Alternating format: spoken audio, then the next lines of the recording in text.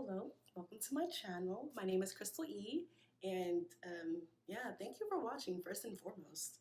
So this video is something near and dear to my heart. What I decided to do was do 28 different people, but all of them being Black with different ethnicities. So it'd be Black Americans, Afro-Latina dots, or Latinx, Caribbeans, and those from Africa, various countries in Africa. I decided to give you a small snippet of their history in hopes that it inspires you to go look for more history about these people or just Black history in general. I've realized that in school, Black history is being sugarcoated and or not taught as it should be, or it's for a couple of days and that's it. I've also realized that in college, African American history is an elective and not a core class, even though it's legit history that's happened. So I took it upon myself to teach Black history on YouTube. I mean, why not? It's easy. It's the history, the information's there. Someone just needed to compile it all and just give it to y'all. So that's what I'm going to be doing moving forward, amongst many other things on this channel. But this video specifically, what I did was, what inspired me to make this video actually was that on my YouTube channel, on my Instagram and Snapchat, what I did was I did Black history facts pertaining to that specific day, and then I shared it on my Snapchat and Instagram. Yo, I don't have a lot of followers, not at all. So, I was teaching people and people were, being receptive, but YouTube is so much bigger. I can reach so many more people.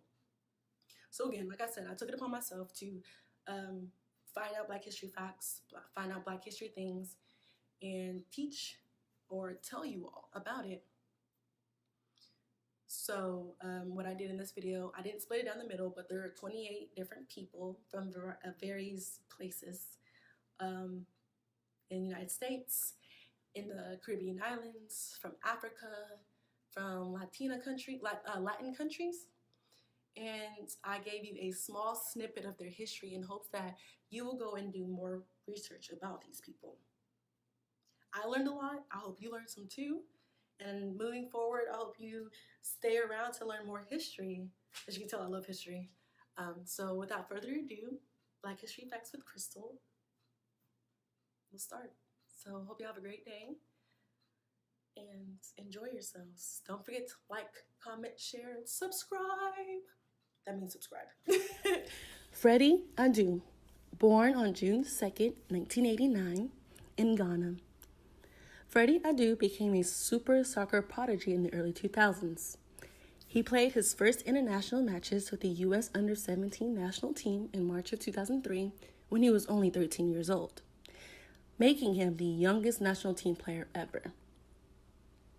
Adu moved to the United States with his mother and brother at age 8 and became an American citizen in 2003. Adu's remarkable play has earned him comparisons with earlier teen wonders like Pele and Ronaldo. Debbie Allen, actor, producer, director, and choreographer, born on January 16, 1950 in Houston, Texas. Debbie Allen found fame as a demanding dance teacher, Lydia Grant, in the film Fame in 1980, a role she reprised for the successful NBC TV series, which she also choreographed. You might also know her as Phylicia Rashad's sister, who played Claire Huxtable on the NBC The Cosby Show. Allen joined the already popular Cosby Show spinoff, A Different World, from 1987 to 1993, during its second season as producer and primary director. She's also directed other shows, such as Family Ties and The Sinbad Show. She also helmed the 1990 NBC pilot for the hit sitcom The Fresh Prince of Bel-Air. She's definitely kept busy since then, as directing episodes for TV shows such as That's So Raven, Girlfriends, All of Us, and Everybody Hates Chris. Crispus Attucks, born on 1723 in Boston. Of mixed African and American Indian ancestry, Atkins was the slave of William Brown of Farmingham, Massachusetts. Attucks escaped around 1750 to work on whaling ships. On March 5, 1770, Boston patriot Samuel Adams convinced sailors and dock workers to protest the presence of British troops. Attucks led 50 men in protest, shouting, "Don't be afraid," as they advanced on the British. The soldiers fired on the protesters, killing Attucks and 4 others in what became the Boston Massacre. Although the soldiers were acquitted of the shootings on grounds that the seamen were enticing a riot, Attucks and others became heroes. Attucks is known as being the very first person to die in the name of the American Revolution. James Baldwin. James Baldwin, an American author, was born on 1924 in New York City. He spent an impoverished boyhood in Harlem, New York, later became a Pentecostal preacher at the age of 14, and then left the church 3 years later. He moved to Paris in 1947. And his first 2 novels, Go Tell It on the Mountain, written in 1953, reflected his experience as a young preacher, and Giovanni's Room in 1956, which dealt with his homosexuality, as well as intensely personal, racially charged essay collection Notes of Native Son in 1955, were written while he lived there. Baldwin would later return to the United States in 1957 and participate in civil rights movements, later returning to France, where he lived for the remainder of his life. Carol Moseley Braun, lawyer and former U.S. Senator. Born on August 16, 1947 in Chicago, Illinois, Moseley Braun made history in 1992 when she was elected to the United Senate, becoming the first Black woman to do so. She upset 2-term incumbent Alan Dixon in the Democratic primary and went on to defeat Republican candidate Richard Williamson. As a senator, she sponsored several progressive education bills and championed strong gun control laws. She served on the Judiciary, Banking, Housing, Urban Affairs, and Small Business Committees in 1999. She was confirmed as ambassador to New Zealand. A Chicago native and lifelong resident, Moseley Braun graduated from the University of Illinois at Chicago in 1969 and earned a law degree from the University of Chicago in 1972. She was assistant U.S. attorney from 1972 to 1978 when she was elected to the Illinois House of Representatives. She served in the state house for 10 years, making education reform her priority. Stokely Carmichael, African-American social activist born in Trinidad, Tobago in 1941. He lived in New York City from 1952 and graduated from Howard University in 1965. Carmichael participated in the Congress of Racial Equality's Freedom Rides in 1961, and by 1964 was a field organizer for the Student Nonviolent Coordinating Committee, or the SNCC for short, in Alabama. As SNCC chair in 1966, he ejected more moderate leaders and set off a storm of controversy by calling for Black power. He was also an anti-Vietnam activist and rallied against both racial and economic injustices. His increasingly separatist politics isolated Carmichael from most of the civil rights movement. He immigrated to Guinea in 1969 and spent the rest of his life there, calling himself a Pan-African revolutionary, but largely relegated to the political fringe. He changed his name to Kwame Turin and was briefly married. Shirley Anita St. Hill Chisholm. Born in 1924 in Brooklyn, New York, the U.S. Congresswoman was an expert on early childhood education. As a consultant, she worked in the New York City Bureau of Child Welfare before serving in the State Assembly. Elected in 1968 to the United States House of Representatives as a Democrat, Chisholm became the first Black woman to serve in that body. She quickly gained national attention as a vocal critic of the war in Vietnam and the House seniority system, as an outspoken advocate of the entrances of the urban poor. As an active member of the Congressional Black Caucus, Chisholm made an unsuccessful bid for the 1972 Democratic presidential nomination.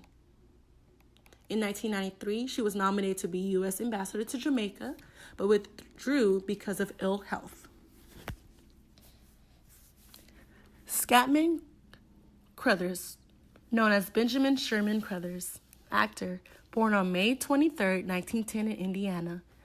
A supporting player, he appeared in a wide range of movies from 1950s to the 1980s, including The Aristocrats, being the voice of Scat Cat in 1970, Lady Sings the Blues in 1972, One Flew Over the Cuckoo's Nest in 1975, The Shining in 1980, and The Journey of Natty Gane in 1985.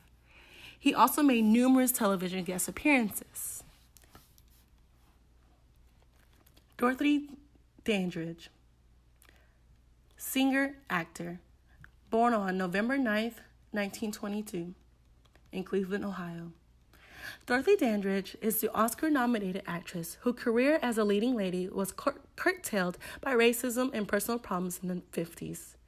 As teens, Dorothy and her sister Vivian were part of an act known as the Dandridge Sisters. They were good enough to reach New York's famous Cotton Club, and from there, Dorothy worked her way into small movie parts in Hollywood. In 1949, her career really took off. A charismatic and strikingly beautiful, she began touring as a nightclub singer. Her big Hollywood break came when she starred as a sultry heroine of the 1954 film Carmen Jones, an adaptation of the Bizet opera Carmen. The film was a hit, and Dorothy Dandridge became the first African-American woman ever nominated for an Academy Award as Best Actress. Carmen Jones proved to be the high point of her career. Leading roles for black actresses were rare, and she refused to take the bit parts and lesser roles that were offered.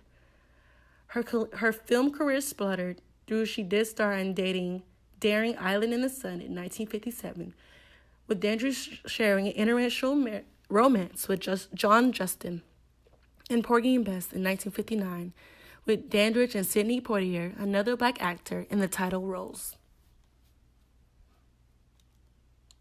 Angela Yvonne Davis, born in 1944, an African-American political activist born in Birmingham, Alabama. She taught philosophy from 1969 to 1970 at the University of California in Los Angeles until she was finally denied reappointment because of her membership in the Communist Party and her advocacy of radical black causes. In August of 1970, she went into hiding after a gun legally registered to her was used in an attempted court escape in which a judge and 3 others were killed. Apprehended 2 months later, she was tried on charges of conspiracy, murder, and kidnapping in 1972. After months in prison, she was released on bail and later acquitted of all charges. She has since taught at San Francisco University from 1979 to 1991 and the University of California in Santa Cruz from 1992. Davis was the American Communist Party vice presidential candidate in 1980 and 1984. She was a part of the Black Panther Party for a short while, but left because she grew tired of the sexist practices the other members practiced.